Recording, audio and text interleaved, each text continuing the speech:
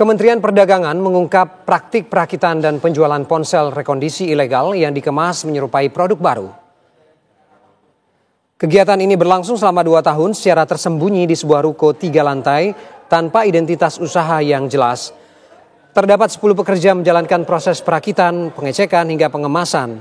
Dalam sepekan mereka mampu memproduksi hingga 5.000 unit ponsel rekondisi berbagai merek dan mayoritas berbasis Android. Tidak hanya unit ponsel, mereka juga memperdagangkan suku cadang seperti baterai, charger, casing hingga aksesoris lain lengkap dengan IMEI palsu yang mereka buat. Seluruh produk diketahui diambil dari Batam yang merupakan hasil impor ilegal dari Cina.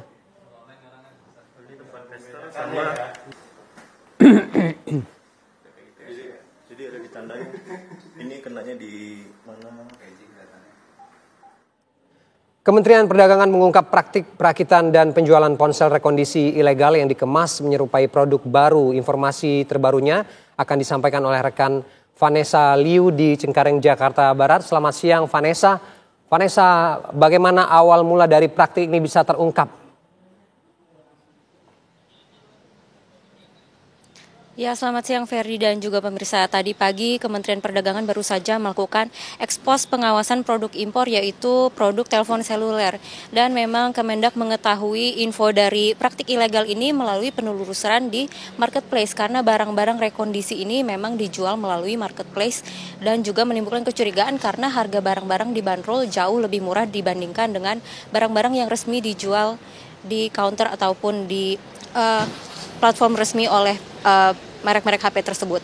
Sementara untuk praktik ilegal ini diketahui sudah berlangsung selama 2 tahun yaitu sejak pertengahan tahun 2023 di mana para ponsel-ponsel ini dilakukan refurbish di mana mereka berasal dari barang-barang bekas yang kemudian dirakit serta dikemas ulang menjadi seperti seolah-olah ponsel baru. Dan jika dilihat secara fisik tadi setelah kami melihat ke dalam warehouse atau ruko gudang tempat penyimpanan ponsel-ponsel ini memang tidak terlihat seperti barang bekas karena mereka memang dikemas secara baik sehingga tidak terlihat ada cacat ataupun tidak bisa dibedakan perbedaannya dengan ponsel yang memang resmi dijual di pasaran. Selain unit ponsel, praktek rekondisi ini juga lengkap menjual berbagai spare part dari seperti charger, baterai, hingga aksesoris, bahkan IMEI juga nomor IMEI bisa dipalsukan oleh para pelaku praktik ilegal ini pemirsa. Tadi Menteri Perdagangan Budi Santoso juga turut masuk ke dalam warehouse atau gudang tempat ponsel rekondisi ini dan dilakukan konvers sekitar pukul 10 pagi tadi untuk mengungkap bagaimana praktik ini dilakukan. Sementara berbagai ponsel yang dilakukan rekondisi ini mayoritas berbasis Android, di mana dalam seminggu praktik ilegal ini bisa menghasilkan 5.000 unit ponsel untuk dijual di marketplace. Sementara Menteri Perdagangan Budi Santoso juga tadi menyampaikan bahwa total nilai barang yang diamankan adalah sekitar 17,6 miliar rupiah. Dan untuk ketahanan ponsel ilegal ini memang diketahui dari informasi yang kami dapatkan berbeda jauh dengan ponsel yang dijual secara resmi. Kalau ponsel rekondisi ini ditaksir hanya bisa bertahan selama 1 tahun pemakaian karena memang menggunakan kualitas spare part yang jauh di bawah yang aslinya. Di gudang ini pula ada sekitar 10 karyawan yang bertugas merakit dan mengecek kondisi barang, di mana ruko ini terdiri dari 3 lantai dan setiap lantainya digunakan untuk beroperasi produksi, pengecekan, serta packing barang-barang.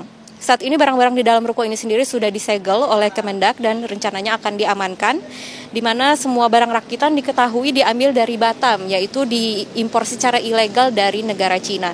Sementara ruko ini pemirsa jika dilihat dari luar tanpa identitas yang jelas, di depan ruko ini tertulis Koperasi Simpan Pinjam, sementara identitas dari koperasi simpan pinjam ini diketahui adalah identitas dari penghuni ruko yang sebelumnya sehingga tidak ada kecurigaan tertentu jika ruko ini dilihat dari luar. Sementara kegiatan usaha ini sudah dihentikan secara sepenuhnya oleh Kemendak dan semua barang sudah diamankan. Dan impor tanpa izin akan ditelusuri lebih lanjut dan akan diserahkan ke polisi untuk mengetahui apakah ada tindak pidana lainnya. Dan dengan kejadian ini masyarakat juga dihimbau untuk lebih berhati-hati dalam membeli barang terlebih secara online. Demikian Ferdi, kami kembalikan ke studio. Baik, terima kasih Vanessa Liu dari Cengkareng, Jakarta Barat.